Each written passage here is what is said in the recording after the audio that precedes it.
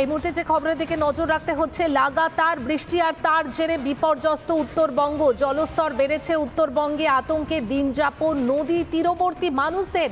জলের তোরে ভেঙেছে অস্থায়ী বাঁধ, জীবনের ঝুঁকি নিয়ে পারাপার করতে হচ্ছে স্থানীয়দের। লাগাতার বৃষ্টি আর তার জেরে বিপর্যস্ত উত্তরবঙ্গ।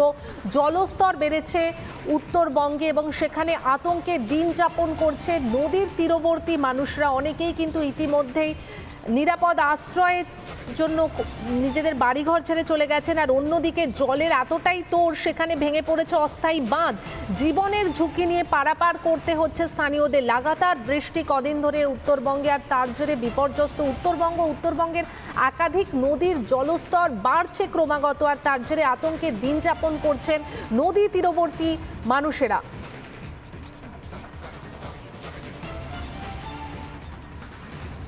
বেশ কয়েকদিন ধরে চলছে প্রবল বর্ষণ, আর সেই বর্ষণের কারণেই কোচবিহার শহর সংলগ্ন যে তোরসা নদীর জলস্তর বৃদ্ধি হচ্ছে।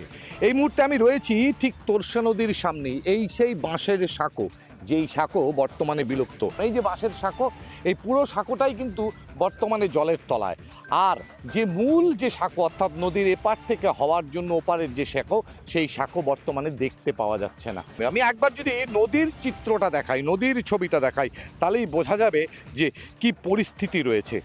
হাওয়া অফিস সূত্রে খবর, আগামী কয়েকদিন প্রবল বর্ষণ চলবে এবং সেই বর্ষার কারণেই আরও জলস্তর বৃদ্ধি পাবে। ফলে নদী তীরবর্তী যে সমস্ত মানুষ রয়েছেন তাদেরকে ভালো জায়গায় চলে যাওয়ার জন্য ইতিমধ্যে আহ্বান জানিয়েছে প্রশাসন, অর্থাৎ উঁচু জায়গায় চলে যাওয়ার জন্য।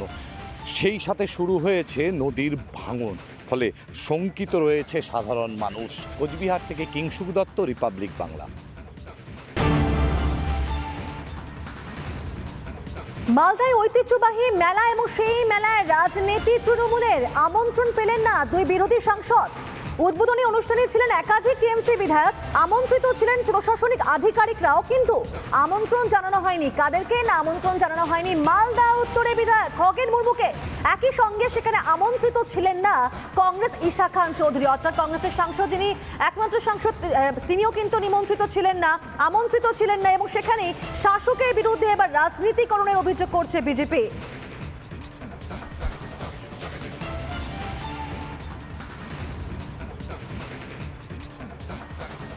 কংগ্রেসের এটাই তো সংস্কৃতি, এরা কাউকে বিশ্বাস করে না, কাউকে ভরসা করে না, মানুষকে বিশ্বাস করে না, এমনকি তৃণমূল কংগ্রেস নিজেকেও বিশ্বাস করে না।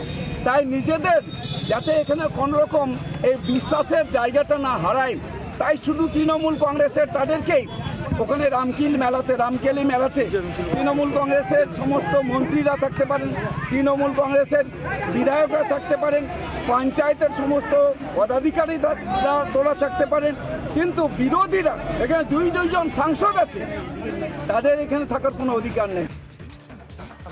হ্যাঁ, একটা রামকেলি মেলা আছে, যে আমার মনে হয় এটা গোটা ডিস্ট্রিক্টের একটা অনুষ্ঠান, সেলিব্রেশন।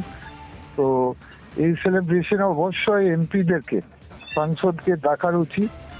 আমি জানি না এটা রোজ হয় কেন, মানে এখানকার যে প্রশাসন আছে, ডিএম আছে, এদের তো এত বোঝার উচিত যে যখন মন্ত্রীদেরকে ডাকছে, এমএলএদেরকে ডাকছে, ডিস্ট্রিক্ট অফিসিয়ালসকে ডাকছে, তো আমরা ওটার মধ্যে পড়ি।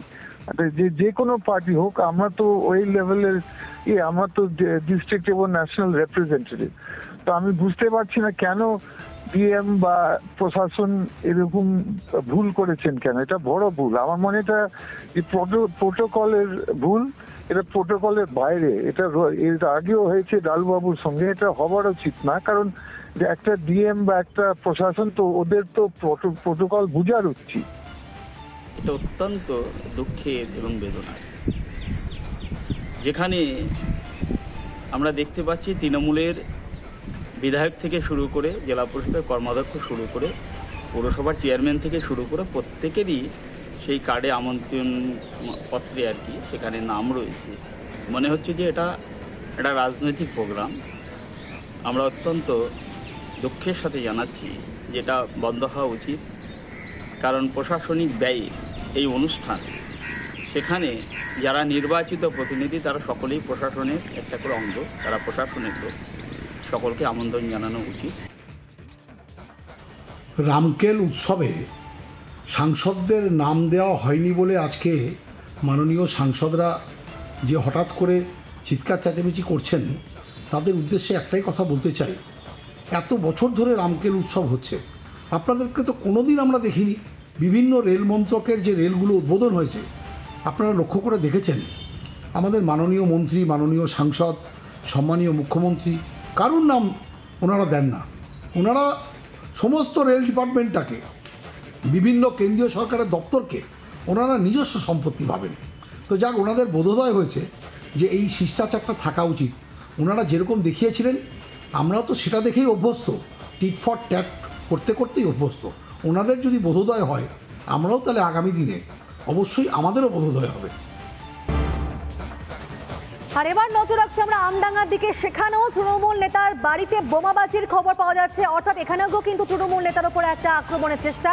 আমডাঙ্গার তৃণমূল নেতার বাড়ি লক্ষ্য করে বোমাবাজির অভিযোগ, আর সেই বোমাবাজির জেরে ক্ষতিগ্রস্ত হয়েছে পুরো বাড়িটি। সেই ছবি দেখতে পাচ্ছেন এবং ছবি দেখে অনুমান করতে পারছেন নিঃসন্দেহে যে বাড়িটা কিভাবে আঘাতপ্রাপ্ত হয়েছে, কিভাবে ক্ষতিগ্রস্ত হয়েছে। এলাকায় উত্তেজনা, ঘটনাস্থলে আমডাঙ্গা থানার পুলিশ গিয়ে পৌঁছয়।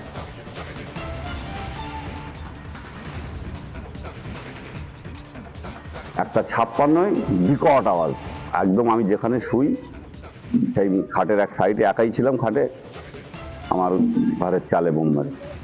পার্টিকুলার কারণ আমি বলতে পারবো না, কি কারণে মেরেছে, রাত্রি ঘুমন্ত অবস্থায় মেরেছে, পুরো চালটাই উড়ে গিয়েছে। আতঙ্কিত মানে কি, ব্যাপক আতঙ্কিত আমরা সবাই, সন্ত্রস্ত ভীত। শান্ত গ্রাম, পুরো শান্ত গ্রাম। পরপর এরা 4 টাইমস হলো। পরিকল্পনাভাবে কে কি করেছে মানে এইটা বলতে পারছি না আমি, তবে পুলিশ যদি তদন্ত করে, পুলিশ পারে না এমন কাজ নেই, পুলিশের গাফিলতি আছে। পুলিশ কেন করছে না?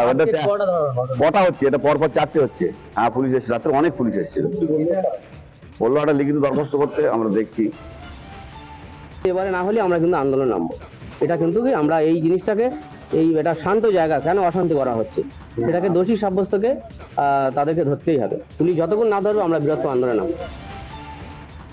আমাদের গ্রামে আজ পর্যন্ত কোনোদিন লিডিং হয়নি, কোনো ইলেকশনে, আর কোনোদিন কোনো ঝামেলাও হয়নি। বোমাবাজি এই পঞ্চায়েত ইলেকশন থেকে আর এই পর্যন্ত 3বার হল, এটা খুব বাজে জিনিস।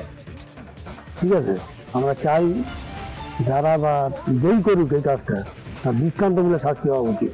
প্রশাসনের কাছে আমার করুণ আবেদন যে যারাই এই কাজটা করেছে তাদেরকে ধরা হোক এবং দৃষ্টান্তমূলক শাস্তি হোক। নাগার এই বেড়াবেড়িয়ার যে ঘটনা, এদের গোষ্ঠীদ্বন্দ্ব, এক গোষ্ঠী আর এক গোষ্ঠীর উপরে তাদের এরিয়া দখল নিয়ে আজকে এই হামলা, এদের গোষ্ঠীদ্বন্দ্ব নিজেদের মধ্যে।